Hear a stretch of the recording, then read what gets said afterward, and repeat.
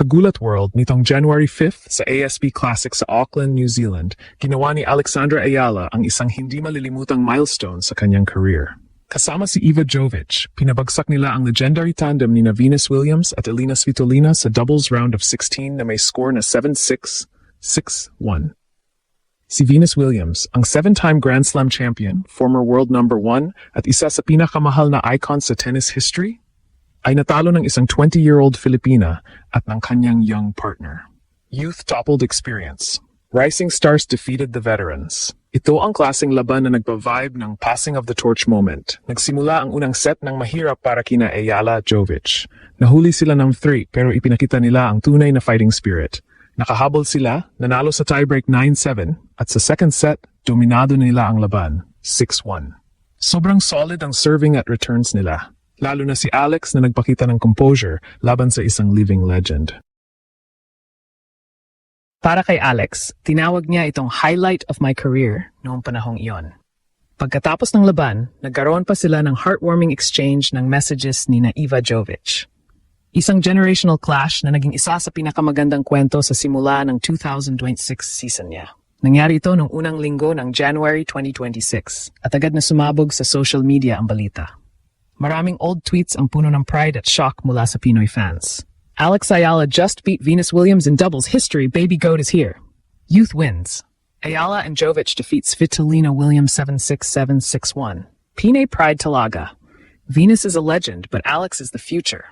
Sharing the court with Venus and beating her? Dream come true for Alex Ayala. What a way to start 2026. From playing in smaller tournaments to taking down a GOAT like Venus Williams, Alex is different. Mabuhay sa baby GOAT. That comeback in the first set tiebreak. Alex showed heart. Pinabagsaking former world number 1. Maraming international fans din ang nag-react. Ayala and Jovic just took down 2 absolute legends. Respect. At This Is Why We Love Tennis, New Generation Rising. Sa YouTube, ang match highlights ay naging viral agad. Libu-libong views mula sa Pilipinas at iba't ibang bansa. Comments tulad ng, another milestone for Alex, beating the legendary Venus Williams, at, wow, Alex facing and defeating her idol, what an honor. Old tweets noong January 5-6, 2026 ay puno ng emosyon. Ilan sa mga naalala pa rin hanggang ngayon. Alex Ayala just made history against Venus. This is huge for Philippine tennis. At from dreaming to actually beating Venus Williams in a WTA match, Alex is living the dream. Ang panalo na ito ay nagbigay ng malaking confidence boost kay Alex sa simula ng season. Bagamat si Venus ay hindi na sa peak form niya, ang experience ng paglaban at pagkapanalo laban sa isang icon ay walang kapantay. Ito rin ang nagpakita ng potential ni Alex, hindi lang sa singles kundi pati sa doubles. Para sa maraming Pinoy, ito ang isa sa mga defining moments na nagpatunay na kaya ni Alex na makipagsabayan sa pinakamalaking pangalan sa tennis. Mula sa pagiging underdog hanggang sa pagiging threat sa mga veterano, ganito ang trajectory ng kanyang paglaki. Hanggang ngayon, kapag naalala ang ASB Classic 2026, agad na nababanggit ang pangalang Alexandra Ayala at ang kanyang iconic win laban kina Venus Williams at Elina Svitolina. Ito ang naging magandang launching pad para sa kanyang buong 2026 campaign. Sa unang linggo pa lang ng 2026, isang napakalaking eksena agad ang binigay ni Alex at hindi ito basta panalo lang. Isa itong statement na kayang sumabay ng bagong henerasyon sa mga alamat ng tennis. Noong January 5, 2026, sa ASB Classic sa Auckland, nasaksihan ang isang laban na parang eksena sa pelikula. Kasama ang kanyang partner na si Iva Jovic, pinabagsak nila ang tambalang binubuo ni Venus Williams at Elina Svitolina sa doubles round of 16. Ang score? 7-6-7, 6-1. Hindi lang panalo, dominant finish palaban sa dalawang world-class veterans. At dito nagsimula ang usapan. Dahil hindi basta kalaban si Venus Williams. Isa siyang 7-time Grand Slam champion, former world number 1, at isa sa pinaka-iconic na pangalan sa kasaysayan ng tennis. Kaya nang makita ng mundo na isang 20-year-old Filipina ang tumalo sa kanya, kasama pa ang isa pang rising player, automatic, nagbago ang vibe. Hindi na ito simpleng upset. Isa itong passing of the torch moment. Sa unang set, hindi naging madali ang laban para kina Alex. Nahuli sila sa 5-3 at mukhang papunta na sa control ng veterans ang set. Pero dito lumabas ang tunay na karakter ng bata. Hindi sila bumigay, hindi sila natakot. Sa halip, dahan-dahan silang bumawi hanggang maabot ang tiebreak. At sa pinaka-pressure na bahagi ng laban, doon sila nagpakita ng tibay. Nanalo sila ng 9-7. Iyon ang turning point. Pagdating sa second set, ibang Alex na ang nasa court. Mas aggressive, mas confident, at mas kontrolado ang bawat galaw. Halos walang butas ang laro nila. Ang dating dikit na laban naging one-sided domination, 6-1. Dito mo mararamdaman na hindi na ito tsamba.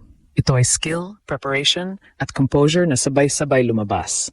At kung may isang bagay na tumatak, iyon ay ang presence ni Alex sa loob ng court. Hindi siya nagmukhang intimidated. Hindi siya naglaro bilang fan na kaharap ang idol. Naglaro siya bilang kapantay. Sa bawat return, sa bawat rally, makikita ang maturity na lampas sa edad niya. Kahit kaharap niya ang isang living legend, hindi siya nagpanic. Ito ang klase ng mindset na hindi tinuturo. Nabubuo ito sa experience at tiwala sa sarili. Pagkatapos ng laban, inamin pa ni Alex na isa ito sa pinaka-highlight ng kanyang career sa puntong iyon. At hindi lang dahil sa panalo, kundi dahil sa moment.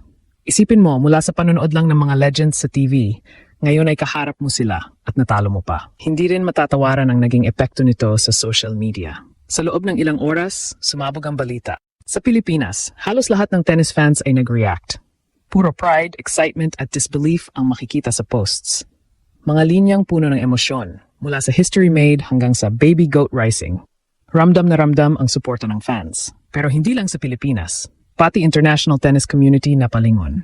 Maraming nagsabi na ito ang dahilan kung bakit mahal ang tennis. Dahil may mga ganitong moments kung saan ang bagong henerasyon ay kayang tumapat at manalo laban sa mga alamat. Respect agad ang nakuha ni na Alex at Jovic mula sa global audience. Sa YouTube, ang highlights ng laban ay mabilis na kumalat. Libu-libong views, comments mula sa ibang bansa at isang tema, hanga sila sa ipinakita ng batang Filipina. Para sa marami, hindi lang ito simpleng upset. Isa itong preview ng kung ano pa ang kayang gawin ni Alex sa hinaharap. At doon nagiging mas mahalaga ang panalong ito. Dahil hindi lang ito tungkol sa isang match. Ito ay naging foundation ng kanyang 2026 campaign. Confidence booster. Proof na kaya niya makipagsabayan sa pinakamalalaking pangalan. At higit sa lahat, paalala na hindi na siya basta prospect. Isa na siyang legitimate threat. Oh, maaring sabihin ng iba na hindi na prime si Venus Williams. Pero hindi mo pwedeng alisin ang bigat ng experience at legacy na dala niya sa court. At kapag natalo mo ang ganitong klaseng player, hindi lang stats ang nadadagdag sa'yo, kundi belief. Belief na kaya mo. Para sa Pilipinas, isa itong defining moment. Isa itong patunay na ang isang Pinay ay kayang tumayo sa parehong entablado ng mga legends. At hindi lang basta makisabay, kundi manalo. At hanggang ngayon, kapag binabalikan ang ASB Classic 2026, isa agad ang pumapasok sa isip ng fans, ang laban kung saan pinatunayan ni Alex na ang kinabukasan ng tennis ay nandito na. Hindi na ito darating pa lang. Nagsimula na.